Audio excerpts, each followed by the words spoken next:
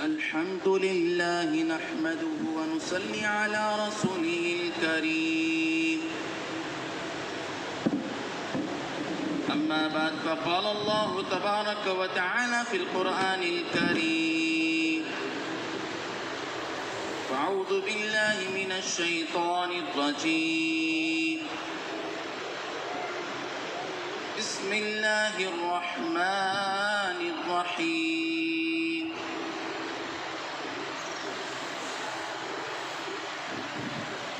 فلعلك باخع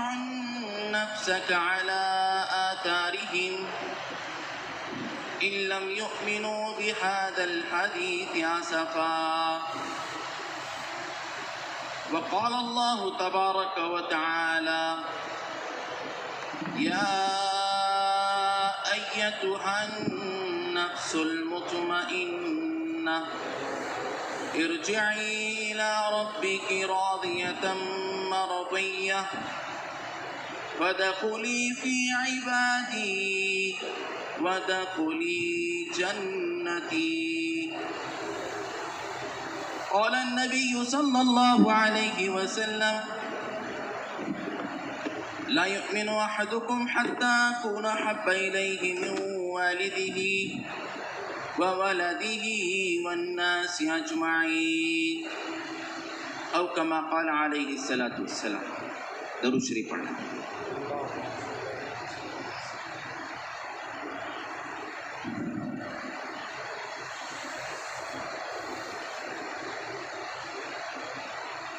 قابل احترام بزرگوں، عزیزوں اور میرے بھائیوں،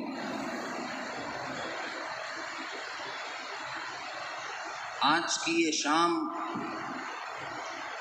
ایک مبارک شام ہے. آج کا یہ ہفتہ واری اجتماع ہفتے میں ایک مرتبہ ہم سب کی فکروں کا ایک اجتماع ہے. اللہ میرا اور آپ کا ہر جمعہ یہ شام سے لے کر صبح تک، اشراق تک جو ہمارا ہفتہ واری ہے، اللہ ہمیں اہتمام کے ساتھ، پابندی کے ساتھ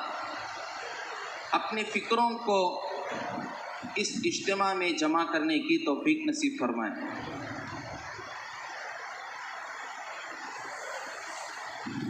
ہفتہ بھر ہم نے ایک اللہ کی جو دعوت دی، ایک اللہ کی طرف لوگوں کو بلایا، نبی کے 100%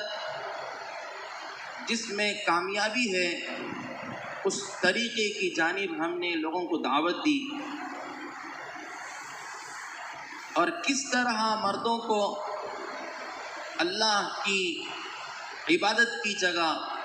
مسجد کے اعمال سے جوڑنے کی ہم نے فکر کی. کس طرح سے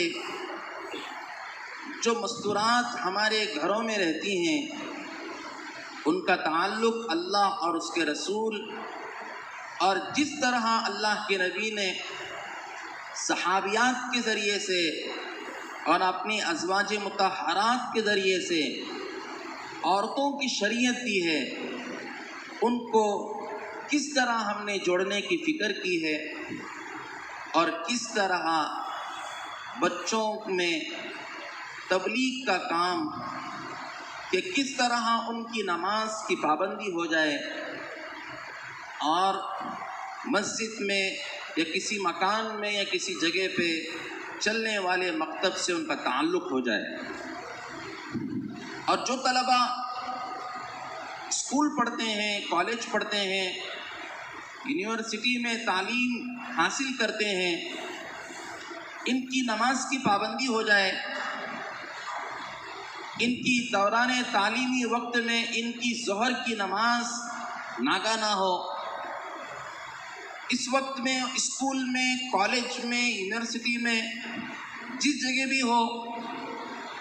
یہ ظہر کی نماز کے ساتھ چند لوگ جمع ہو گئے ہیں تو وہاں پہ تعلیم کی فکر ہو، اور یہ طلبہ ان کا ہفتے میں آسانی کے ساتھ کوئی تعلیم میں حرج لائے بغیر 24 گھنٹے وقت لگ سکتا ہے، تو کس طرح ان کا وقت اللہ کے راستے میں، کوئی جماعت 3 دن کی چل رہی ہے تو ان کو شامل کر لیا گیا، یا ان کی ایک فرداً 24 گھنٹے کی جماعت نکالی گئی، اور ان طلباء کو ان کے پڑھنے کی عمر سے ہی اس دعوت اور تبلیغ کے کام سے ان کی انسیت ہو گئی۔ کس طرح یہ سارے کام ہم نے، کس طرح ہماری گشتیں ہم نے، کس طرح ہماری روزانہ کی ملاقات ہم نے، کس طرح کی محنت جو ہمارے بڑوں نے ہمارے کاندھوں پہ ڈالی ہے، جو محنت جو ہمارے بڑوں کو ہمارے اکابرین نے سمجھائی ہے، اور وہ دعوت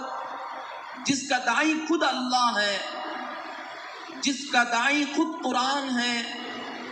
اور اللہ تعالیٰ خود داعی ہیں، اللہ خود کہتے ہیں اللہ یدعو الی دار السلام،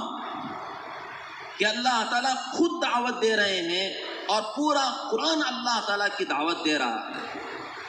تو یہ ساری چیزیں، ہماری محنتیں، اللہ کی دعوت، اس کے رسول کے 100% کامیابی کی سنتوں کی دعوت، کس طرح محلے میں، چپے میں، گوشے میں اللہ کا بے یار و مددگار دین جو آج بکھرا ہوا ہے، یہ ہر ایک کی زندگی میں زندہ ہو جائے، اس کی فکروں کو جمع کرنے کا دن کا نام ہے ہفتہ واری اجتماع۔ اس دن کا نام ہے ہفتہ واری اجتماع۔ ہم سب یہ فکروں کو لے کر، ہم سب گنہگار اور اللہ کی جانب سے چنندہ دعوت اور تبلیغ کے کام کرنے والے اللہ تعالیٰ کے عاجز بندے، ہم سب یہاں پہ فکروں کے لیے جمع ہوئے ہیں۔ اللہ سے دعا ہے کہ اللہ تعالیٰ ہماری ہر ہفتہ واری کی شام دعوت اور تبلیغ کے کام کے لیے ترقی کا سبب بنائے۔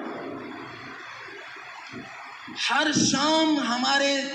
دعوت اور تبلیغ کے کام کے لیے ہماری فکروں کو اللہ تعالیٰ تجدید کرے۔ ہر ہماری شام اللہ تعالیٰ کام کرنے کے لیے ان ہاتھوں میں، ان پیروں میں اللہ تعالیٰ جان ڈال دے، اور یہ اللہ کے دین کے لیے کھڑے ہو جائیں۔ میرے بھائیوں، بہت قدر ہے کام کرنے والوں کی۔ ہمارے بڑے کہتے ہیں جس طرح ایک قیمتی سے قیمتی سامان کی قدر ہے، اس کو بہت حفاظت کے ساتھ اٹھایا جاتا ہے، اور اس کو ایک کپڑ میں بہت طریقے اور سلیقے کے ساتھ اس کی حفاظت کی جاتی ہے۔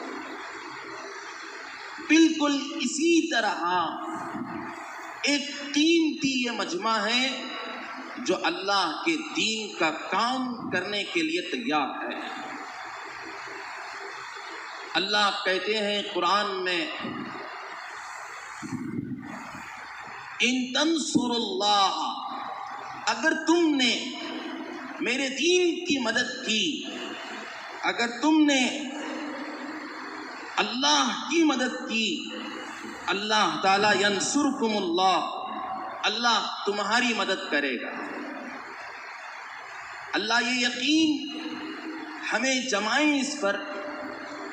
اور اس یقین کے ساتھ اللہ تعالیٰ اس کام میں ہمیں موت کے آخری سانس تک لگائے رکھے۔ اسی یقین کی بدولت آج یہ ہیرے جیسا مجمع اللہ کے دین کی طلب لے کر اٹھا ہے، اللہ کی دین کی محنت کو لے کر چل رہا ہے، کہ اگر تم نے اللہ کی دین کی نصرت کی، نصرت کہتے ہیں یہ نصارا ینصر نصرا، اس سے یہ نکلا ہوا لفظ نصرت ہے،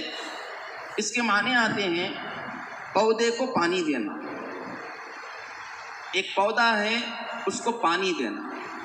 پانی دینے، پودے کو پانی دینے کا نام ہے نصرت۔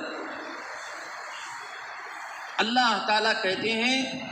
کہ تم اللہ کو، یعنی اللہ کی دین کو، جس دین کی بنیاد پر انسانوں کی کامیابیاں ہیں، جس دین کی بنیاد پر انسانوں کی اللہ کی مدد ان کے اوپر شامل حال ہے، جس دین کی بنیاد پر اللہ تعالیٰ نے آج ہمارے سروں پر دینداری کا سایہ کیا ہے، یہ آج اسی دین کی بنیاد پر، اللہ کی دین کی نصرت کی بنیاد پر آج زندگی میں جو کچھ بھی خوشی ہے، اگر ٹھنڈے دماغ سے ایک کونے میں ہم بیٹھیں، کبھی میں اور آپ ٹھنڈے دماغ سے ایک کونے میں ہم بیٹھیں اور بیٹھ کے نیچے سر جھکا کے ہم سوچیں کہ اگر مجھے اللہ تعالیٰ اس دین کی محنت کے لیے نہ چنتے اور میں اس دین کی محنت کے لیے نہ لگتا، یا اس دین کی مجلس میں نہ ہوتا، یا اس دین کے کام کے لیے، اس تبلیغ اور دعوت کے کام کے لیے میرے 3 دن، میرے 40 دن، میرے 4 مہینے، میرا جو کچھ بھی کم و بیش وقت اگر اس میں نہ لگتا تو پتہ نہیں میں کہاں بھٹکتا ہوا ہوتا، کس گمراہی کی زندگی میں جی رہا ہوتا۔ اللہ تعالیٰ نے اس دین کی بنیاد پر جو دولتیں آج ہمارے پاس میں ہیں، یہ دین کی نسبت سے حاصل ہوئی ہے، یہ دین کی محنت کا صدقہ ہے۔ جو آج جو کچھ بھی عزت ہے، جو کچھ بھی دولت ہے، آج جو کچھ بھی روپیہ پیسہ ہے، یہ دین کی محنت کی نسبت سے ہے۔ اللہ تعالیٰ کا فرمان، اگر تم نے میری دین کی مدد کی تو میں تمہاری مدد کروں گا۔ اللہ کا یہ پکا وعدہ ہے۔ اگر یہ کسی کے سمجھ میں آ گئے، اگر یہ بات کسی کے سمجھ میں آ گئی تو میرے بھائیوں، ہمارا دامن کبھی اس دین سے نہیں چھڑکے گا، کبھی نہیں۔ ہم اپنے دامن کو کبھی نہیں ہم چھٹکا کے آگے نکلیں گے۔ یہ دامن اس تبلیغ سے، یہ دامن اس دعوت کے کام سے ہمیشہ ہمیشہ کے لیے جکڑ جائے، کیونکہ اللہ کے نبی صلی اللہ علیہ وسلم نے دین کی نصرت کرنے والوں کے لیے خوب دعائیں کی ہیں۔ جس طرح انصار کے لیے دعائیں ہیں، جس طرح انصار کے لیے اللہ کے نبی نے دعائیں کی ہیں، اے انصار تم دل بڑا کرو اور تم دین کے کام کو لے کر چلتے رہو۔ اے میرے انصار، اے میرے مدینہ کے انصار، تم دین کے کام کو لے کر اٹھو اور دین کے کام کو تم لے کر چلتے رہو، اور تمہاری قربانیاں رنگ لائیں گی، تمہاری قربانیاں ضرور پورے دنیا کے چپے چھپے میں اللہ کا دین زندہ کرے گی۔ اے انصار، تم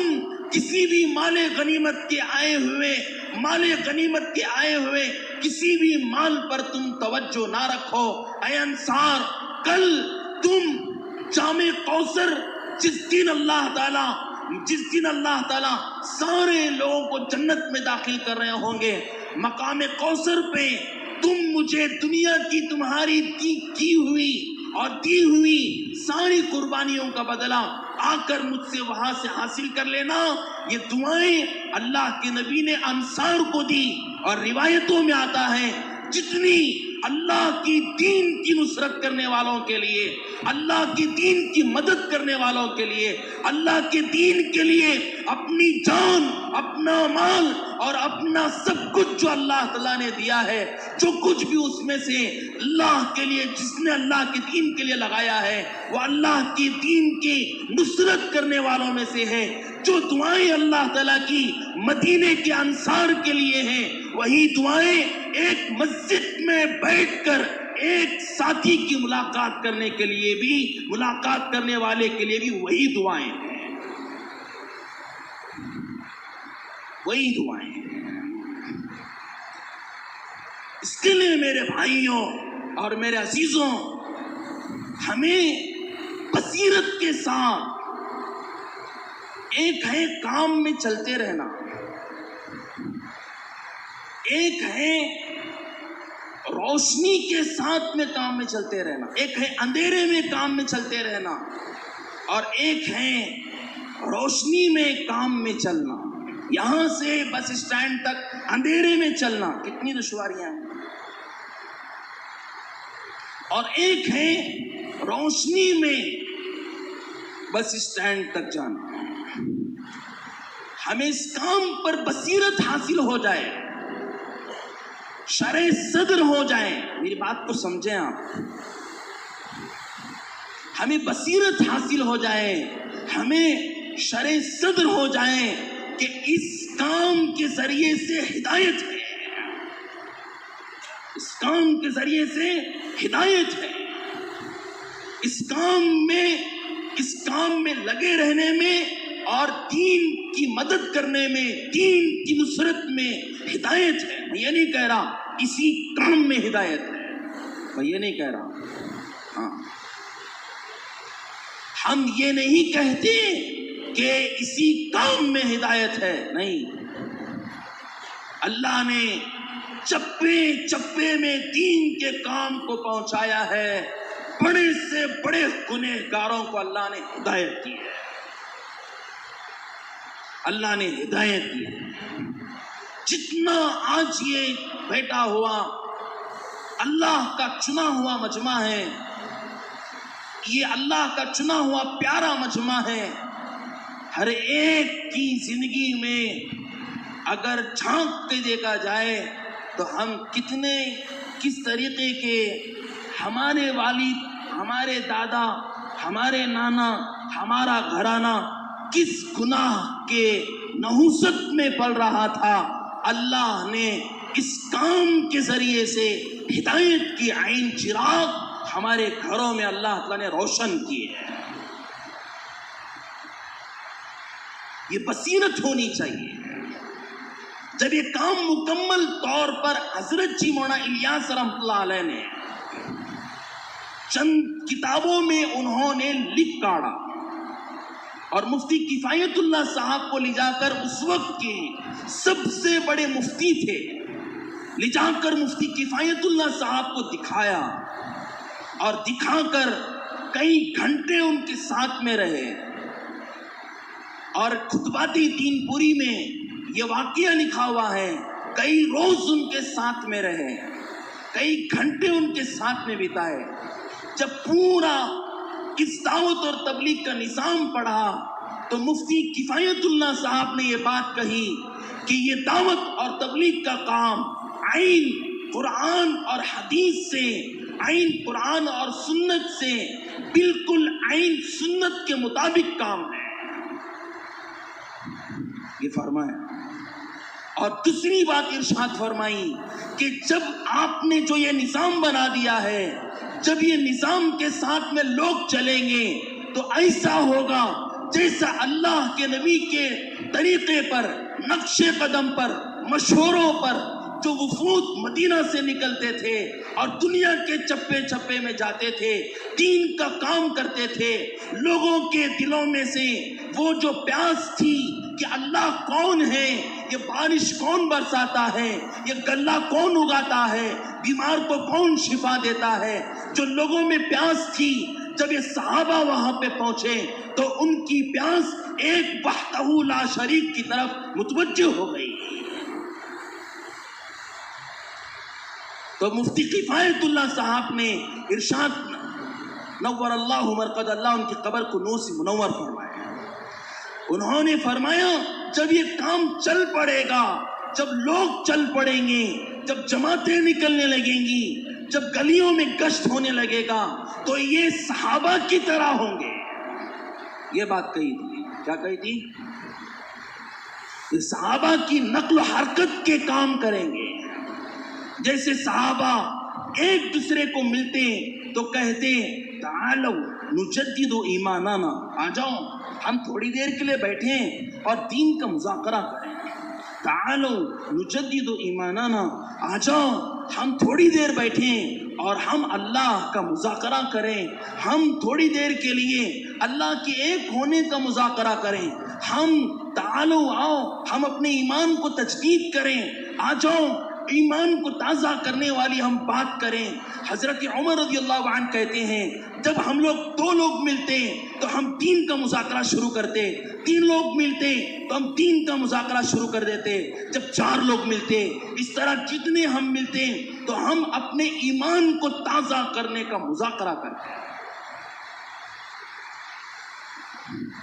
میرے عزیزوں اور میرے بھائیوں، یہ بصیرت کے ساتھ اللہ تعالی ہمیں اس کام کو موت کے آخری سانس تک کرنے کی توفیق نصیب فرمائے۔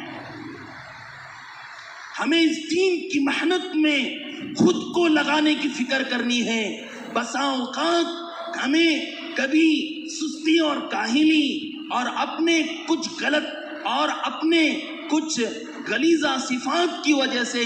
ہماری طبیعت میں یہ بات کہیں پیدا ہو جاتی ہو کہ ہمیں کوئی بلائے گا تو ہم کام کریں گے، کوئی بلائے گا تو نصرت کریں گے، کوئی پوچھے گا تو دین کے کام میں شامل ہوں گے۔ ہم خود کو اس کام کے محتاج بنائیں گے، ہماری آخرت بنے گی۔ خود کو اس کام کا محتاج نہیں بنائیں گے، ہماری آخرت برباد ہو جائے گی۔ ہم خود محتاج ہیں اس کام کے۔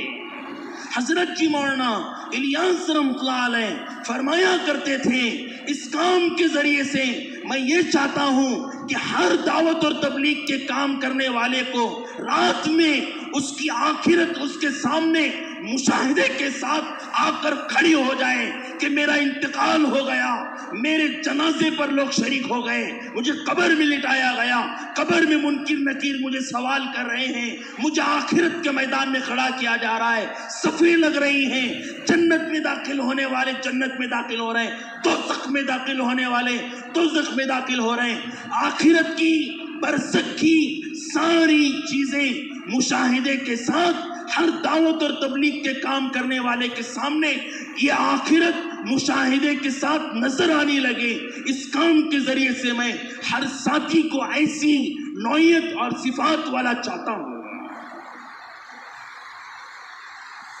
یہ ضرورت ہے میری اور آپ کی۔ ہر نوجوان اس بات کو سن لے، اگر اس نے اس کام کو اس چھوٹی عمر میں تھام لیا، اللہ اس کو مصعب بن عمیر جیسا مقام عطا فرما دیں گے۔ اللہ تعالی حضرت عمر رضی اللہ عنہ جیسا مقام عطا فرما دیں گے۔ نوجوانوں کی اس کام میں اسی اہمیت کے ساتھ میں ضرورت ہے جس اہمیت کے ساتھ اللہ کے نبی نے مکۃ المکرمہ میں اور مدینۃ المنورہ میں نوجوانوں کی جو اللہ کے نبی نے تشکیل کی تھی اور ان کو اپنے گلے سے لگائے رکھتے تھے، اور دین کے لیے اور اس دین کی نشوونما کے لیے، اس دین کی نصرت کے لیے نوجوانوں کو اللہ کے نبی ان کو اس کام کی اور نصرت کی فضائل سناتے تھے، اور وہ نوجوان ہمیشہ اللہ کے نبی کے بات پر لبیک یا رسول اللہ کہتے ہوئے ہمیشہ تیار رہتے تھے۔ میرے بھائیوں اور میرے عزیزوں، یہ کام ہماری نسلوں کے لیے فائدہ ہے، یہ کام ہمارے بچوں کے لیے مفید ہے، یہ کام ہماری مسجدوں کے لیے مسجد کو آباد کرنے کا ذریعہ ہے، یہ کام گناہوں سے اور آنے والے دجالی فتنوں سے ہمیں قلعہ بند کرنے کے لیے ذریعہ ہے۔ دجالی فتنوں سے آنے والے ابلنے والے کانوں سے، آنکھوں سے، جسموں سے نکلنے والے بڑے بڑے گناہوں سے ہمیں بچانے والا عظیم الشان کام یہ دعوت اور تبلیغ کا کام ہوگا، جس کے ذریعے سے ہمارا ایمان محفوظ ہوگا انشاءاللہ۔ اس کے لیے میرے بھائیوں اور میرے عزیزوں، ہم سب نیت کریں کہ انشاءاللہ اللہ تعالی ہمیں اس کام میں لگائیں، اللہ ہمیں اس کام میں لگائیں، اس کام میں ہم ترقی کرتے جائیں۔ 100 روپے جیب میں ہیں تو 10 روپے اس کام میں لگائیں۔ ہمارے پاس کوئی دن فارغ نہیں ہے، تو ہم اللہ کے لیے اس دعوت اور تبلیغ کی محنت کے لیے اپنے قیمتی سے قیمتی مصروف اوقات میں سے ہم ضرور ضرور وقت نکالنے کی ترتیب لگائیں۔ اس کے ذریعے سے انشاءاللہ اللہ تعالیٰ دین کی لہر ہمارے گھروں میں، ہمارے خاندانوں میں، ہماری زندگیوں میں اللہ تعالیٰ دوڑائیں گے۔ پھر عورتوں میں دین آئے گا، بچوں میں دین آئے گا، بڑوں میں دین آئے گا، پھر محلے میں کس طرح دین زندہ ہو اس کی فکریں ہمارے اندر پیدا ہوں گی۔ یہ کام فکروں کا کام ہے، بے فکری اس کام کو سلا دیتی ہے، اور جس کے اندر فکر ہوتی ہے اللہ پاک اس کو فکروں کے ساتھ ساتھ اللہ کے نبی کا مبارک غم بھی نصیب فرماتے ہیں، اور جس کو اللہ کے نبی کا غم نصیب ہو جاتا ہے میرے بھائیوں دنیا اور آخرت کی بڑی دولت اس کو حاصل ہو گئی، دنیا اور آخرت کی اس کو بڑی دولت حاصل ہو گئی۔ حضرت عمر رضی اللہ عنہ کے زمانے میں ایک شخص تھا حبلہ، اس کو حبلہ بھی پڑھا گیا ہے، وہ مرتد ہو کر ایک ملک چلا گیا، اس کے اندر بہت صلاحیتیں تھیں، اس کے اندر بہت زیادہ اچھے صفات تھے، لیکن وہ ایمان سے مرتد ہو کر وہ چلا گیا۔ حضرت عمر رضی اللہ عنہ نے 2 قاصد بنائے، 2 لوگوں کو ذمہ داری دی اور کہاں جاؤ، وہ مجھے ملک کا نام یاد نہیں آ رہا ہے، جاؤ اور جا کر اسے جو بھی وہ شرائط رکھے اس کے ساری شرطیں منظور کرو اور اس کو لے کر آؤ، اور اس کو ایمان کی دعوت دینا اور اس کو آخرت کی فکر دلانا، اس کو کہنا انسان اس دنیا میں صرف اور صرف چند مہلت کی عمر لے کر آیا ہے، آخرت اس کی ہمیشہ ہمیشہ کی زندگی ہے، اس کو ایمان اور آخرت کی اس کو دعوت دینا۔ جب وہ دونوں گئے، جا کر انہوں نے دعوت دی، اس کو بلایا، ایمان پیش کیا، مختصر واقعہ پیش کر رہا ہوں، اس پر ایمان پیش کیا، اس کو سمجھایا، تو اس نے 3 شرطیں رکھی، سن رہے ہیں آپ لوگ؟ 3 شرطیں رکھی۔ نمبر 1 شرط رکھی، میں عمر کے بھیجے ہوئے ان دونوں قاصدوں کی بات پر ایمان اس وقت لاؤں گا جب میری یہ 3 باتوں کو آپ قبول کر لیں اور عمر رضی اللہ عنہ وہ عمر قبول کر لیں۔ پہلی بات کہی کہ مجھے ان کی بیٹی سے نکاح کرانا، مجھے ان کی بیٹی سے وہ مجھے اپنی بیٹی نکاح میں دیں گے، نمبر 1۔ اور دوسری بات کہی حضرت عمر رضی اللہ عنہ کے پاس جتنا مال ہے وہ سارا کا سارا مال مجھے دیں گے۔ سن رہے بھائی آپ لوگ؟ یہ بولنے کے لیے بہت آسان لگ رہا ہے سب، سننے کے لیے بھی بہت آسان لگ رہا ہے، لیکن اللہ کے اس دین کے لیے کس طرح کی صحابہ نے قربانیاں پیش کی ہیں اس کا تصور بھی ہم نہیں کر سکتے۔ ان کے دل کتنے بڑے تھے، ہم اس تصور کو بھی سوچ لینا محال ہے۔ پہلی شرط رکھی کہ وہ اپنی بیٹی میرے نکاح میں دیں گے، دوسری شرط رکھی ان کا سارا مال وہ مجھے دیں گے، تیسری شرط رکھی اس وقت میں حضرت عمر رضی اللہ عنہ امیر المومنین ہیں، 40,000 مربع میل پر حکومت کرنے والے ایک انسان جن کو اللہ کے نبی نے یہ ارشاد فرمایا تھا لو کان من بعدی، اگر میرے بعد نبی کوئی ہوتا لکان عمر، تو وہ عمر ہوتے۔ ایسی صلاحیت والے شخص کے ساتھ یہ لین دین ہو رہی ہے کہ حضرت عمر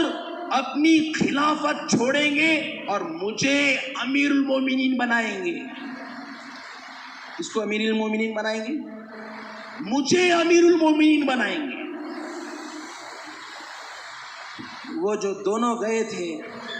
پورے اختیار کے ساتھ گئے تھے، کیونکہ حضرت عمر نے ان کو پورا اختیار دیا تھا کہ جو بھی شرط لگائیں قبول، منظور۔ وہ دونوں قاصد اس حبلہ یا حبلہ دونوں طریقے سے پڑھا گیا ہے، اس سے کہا تیری دو باتیں ہم لوگ مان لیتے ہیں،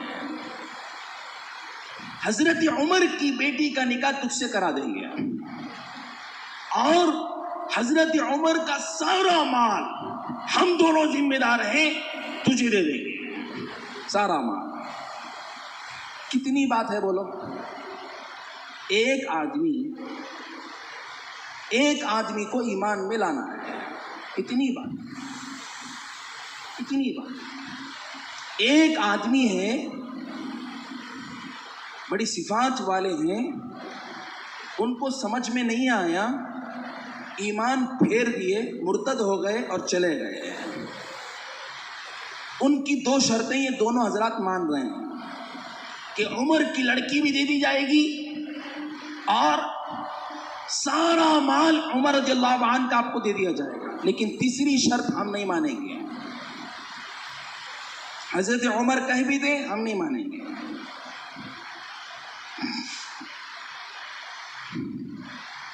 واپس آئے، جب مدینہ میں آئے تو حضرت عمر رضی اللہ عنہ مسجد نبوی میں ہی تھے اور کچھ صحابہ بھی موجود تھے۔ آ کر سارا واقعہ پیش کیا۔ حضرت عمر اللہ نے کہا ہاں صحیح فیصلہ کیا، بیٹی دینے کے لیے تیار ہوں، چلو۔ دوسری بات کہی ہاں پورا مال دینے کے لیے تیار ہوں، صحیح فیصلہ کیا۔ تیسری بات کہی تو حضرت عمر رضی اللہ عنہ کے سامنے وہ دو ساتھیوں نے کہا کہ ہم نے اس کی یہ شرط منظور نہیں کی اور ہم دونوں وہاں سے واپس آ گئے۔ حضرت عمر رضی اللہ عنہ کھڑے ہو گئے، پوچھا کیا وہ ایمان لایا کہ نہیں لایا؟ وہ دو ساتھیوں نے کہا وہ نہیں مانا، وہ کہا کہ خلافت دینی ہوگی، آپ کو خلافت چھوڑنی ہوگی۔ حضرت عمر رضی اللہ عنہ نے ان دونوں ساتھیوں کو جکڑا،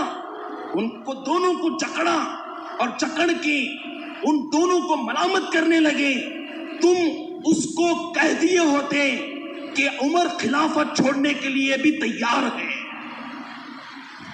عمر خلافت چھوڑنے کے لیے بھی تیار ہے، وہ ایمان میں داخل ہو جائے، خلافت کیا اس سے بھی بڑی چیز ہے؟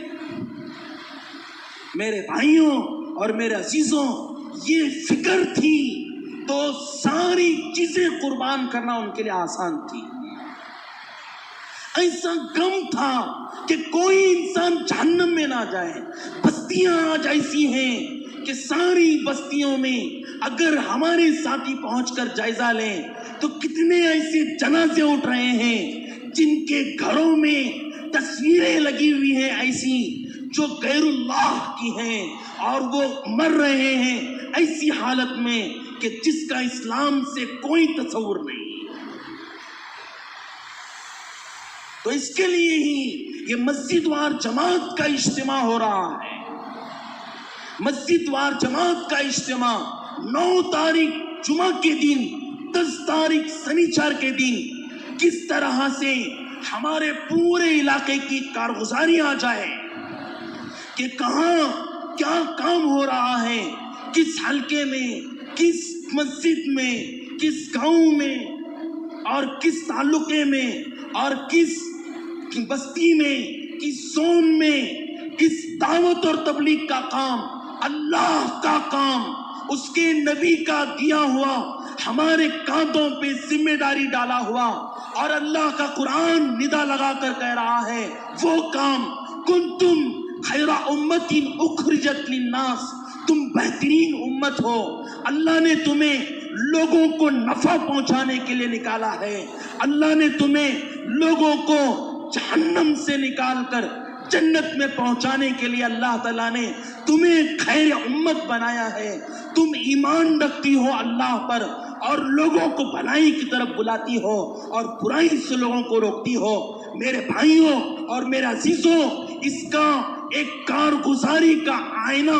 ہمارے پورے ضلع کے سامنے آ جائے، اور یہ کارگزاری سن کر ایک اچھا طریقہ، ایک اچھی نیتیں، ایک اچھے ارادے، ایک مضبوط ارادے، تاکہ ہماری کوئی بھی ضلع بیجاپور کی بستی میں ایسا کوئی گھر باقی نہ رہے جس گھر کا کوئی مرد وہ نمازی نہ ہو اور اللہ کی دین کی محنت نہ کر رہا ہو، کوئی ایک عورت ایسی باقی نہ رہے جس کی 5 وقت کی نماز ادا نہ ہو رہی ہو اور وہ اپنے شوہر کو دین کے کام میں نہ لگا رہی ہو، اور اپنے بچے کو تربیت کرتے ہوئے اللہ اور اس کے رسول کا تعارف نہ کرا رہی ہو، اور کوئی بچہ ہمارے پورے ضلع کی بستی کی ایک ایک گھر کا بچہ وہ مکتب سے جڑا ہوا ہو، یہ فکروں کو لے کر ایک اچھا ارادہ ہو جائے، ایک اچھی نیت ہو جائے، کام کی ایک اچھی ترتیب بن جائے۔ اس کے لیے ہر مسجد کی وہ جماعت جو دعوت اور تبلیغ کا کام لے کر چل رہی ہے، وہ تمام ساتھیوں کو یہاں جوڑا جا رہا ہے، اس کی فکروں میں ہمیں شامل ہونا ہے انشاءاللہ۔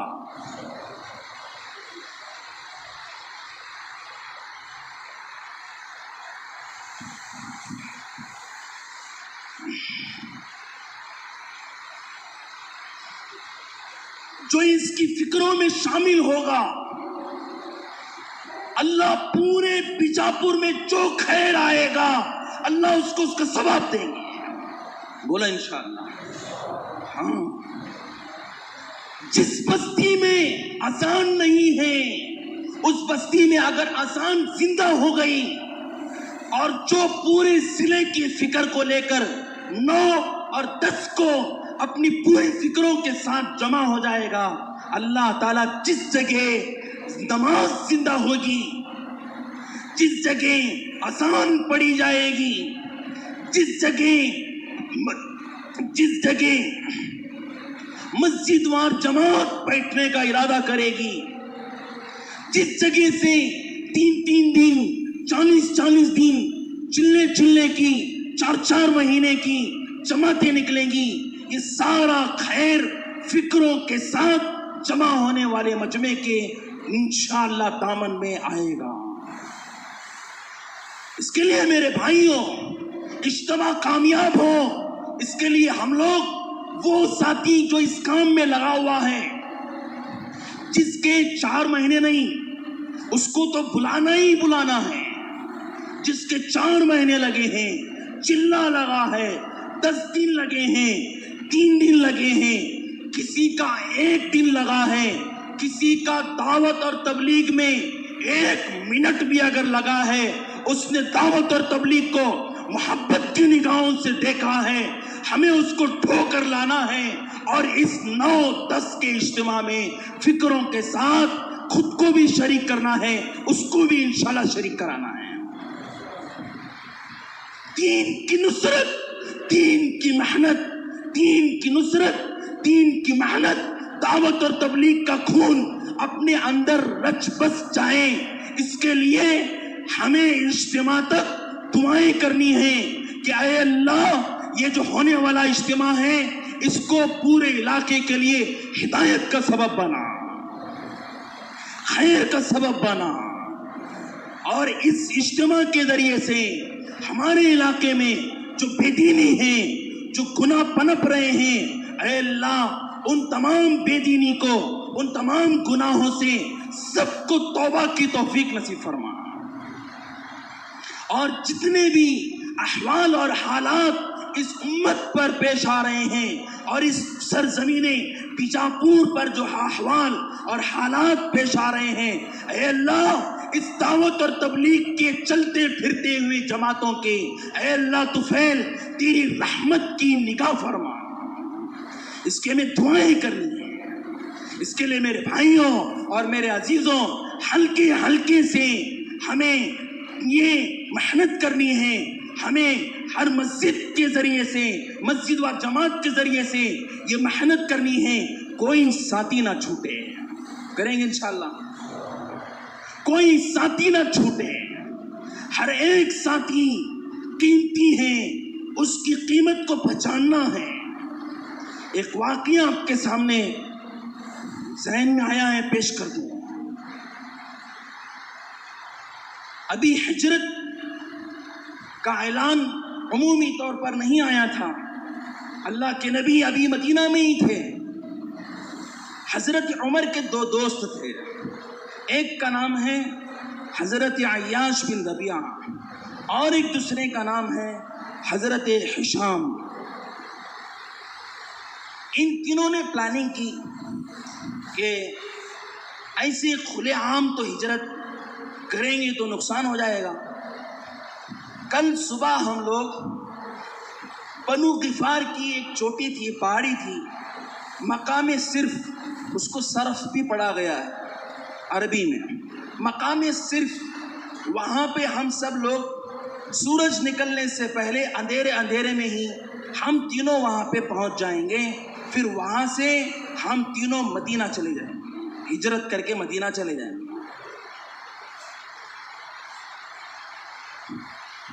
تینوں میں سے اگر کوئی ایک نہیں آیا تو ہم لوگ یہ سمجھیں گے کہ کسی کو کفار مکہ نے پکڑ لیا ہے اور وہ اب نہیں آئے گا، اس کا ہمیں انتظار نہیں کرنا ہے، جو آئے گا اس کو وہاں سے مقام صرف سے مدینہ نکل پڑنا ہے۔ یہ طے ہو گیا۔ صبح میں دو لوگ حاضر ہو گئے، حضرت عمر رضی اللہ عنہ اور حضرت عیاش رضی اللہ عنہ، یہ مدینہ پہنچ گئے۔ اور ادھر جو مکہ میں رہ گئے تھے حضرت حشام، یہ ایمان لائے تھے، لیکن کفار مکہ نے ان کو اتنی تکلیف دی کہ انہوں نے ایمان کو چھوڑ دیا، ایمان کو چھوڑ دیے، اور کفار کے ساتھ میں انہوں نے اگریمنٹ کیا کہ میں چھوڑ دیا ہوں، آپ بس کرو، تکلیف مت پہنچاؤ۔ ایک بہت زیادہ تکلیف دی۔ جب یہ دونوں مدینہ پہنچ چکے تھے تو ان کے بھائی، حضرت عیاش کے بھائی، ماں شریک بھائی تھے، یہ ابو جہل اور حارث بن ہشام، یہ ابو جہل اور حارث بن ہشام مدینہ آئے اور آ کر عیاش رضی اللہ عنہ سے ملاقات کی اور کہا عیاش چلو مکہ۔ عیاش نے کہا کہ نہیں، میں ایمان لایا ہوں، میں نہیں آؤں گا۔ ان دونوں نے کہا کہ تمہاری ماں اس نے یہ منت مانی ہے، نظر مانی ہے، جب تک میرا عیاش مکہ نہیں آئے گا میں دھوپ میں کھڑی رہوں گی اور میں نہاؤں گی نہیں، جوئیں میری بالوں میں گھس جائیں، میرا سر کھجائیں، یہاں تک کہ میں دھوپ میں کھڑی رہوں گی، میرے بالوں میں کنگھی نہیں کروں گی، جوئیں مجھے پریشان کریں، یہاں تک کہ میں مر جاؤں گی، جب تک کہ میرا عیاش مکہ واپس نہ ہو جائے۔ جب یہ بات ہوئی تو حضرت عیاش ریڈی ہو گئے۔ حضرت عمر رضی اللہ عنہ کو معلوم ہوا کہ یہ دو آئے ہیں دشمن اور حضرت عیاش کو لے کر جا رہے ہیں، تو حضرت عمر رضی اللہ عنہ نے حضرت عیاش کو، مختصر بولتا ہوں، حضرت عیاش رضی اللہ عنہ کو سمجھایا کہ مت جاؤ، بہت سمجھایا، ان کو کئی چیزیں پیش کی لیکن مانے نہیں۔ ان کو حضرت عمر نے یہ بھی کہا کہ تم جانتے ہو میں بہت بڑا مالدار ہوں، میرا آدھا مال چلو تمہارا ہاتھ سے، یہاں تک کہا، اور یہ بھی سمجھایا تمہاری ماں دھوپ میں کھڑے کھڑے وہ گرمی برداشت نہیں کر پائے گی، وہ دھوپ سے فوراً چھاؤں میں آ جائے گی، فکر مت کرو، اور یہ کنگھی بھی کر لے گی، جب جوئیں اس کی سر میں پڑیں گی تو وہ آ کے کنگھی کر لے گی، آ جاؤ تم مت جاؤ مکہ. لیکن حضرت عیاش ایک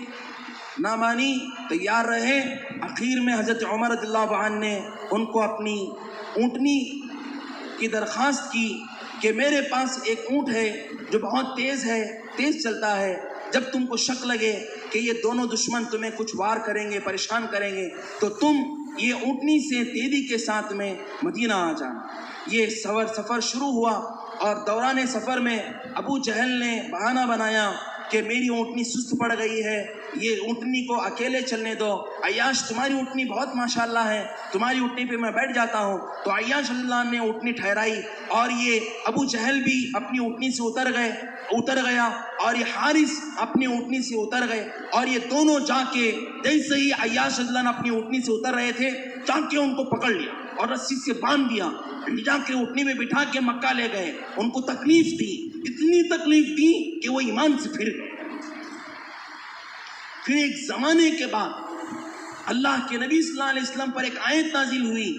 کہ جو لوگ ایمان لائے ہیں اور وہ ایمان سے پھر گئے ہیں، اور اگر وہ پھر دوبارہ ایمان میں داخل ہونا چاہتے ہیں، اللہ تعالیٰ ان کے ایمان لانے کے بعد ایمان سے جو پھر گئے ہیں اس گناہ کو اللہ تعالیٰ معاف کریں گے. بے شک اللہ تعالیٰ بہت معاف کرنے والے اور بخشنے والے ہیں. کبھی اللہ تعالیٰ کی رحمت سے مایوس نہیں ہونا چاہیے. اس مفہوم کی آیتیں جیسے ہی نازل ہوئی، حضرت عمر نے ایک پرچے پہ لکھا اور فوراً مکہ بھیجا. مقام ذی طوا پر ہشام کو وہ آیتیں ملی. حضرت ہشام نے اس کو پلٹ کے 2-3 بار پڑھا اور پڑھنے کے بعد سمجھ گئے کہ یہ آیتیں ہم لوگوں کے لیے نازل ہوئی ہیں جو تکلیف دینے کی وجہ سے ایمان میں پھر گئے تھے. اگر ہم دوبارہ ایمان لائیں گے تو اللہ کے یہاں قبول ہو جائے گا، اللہ معاف کر دیں گے. تو دونوں دوبارہ ایمان قبول کر لیے.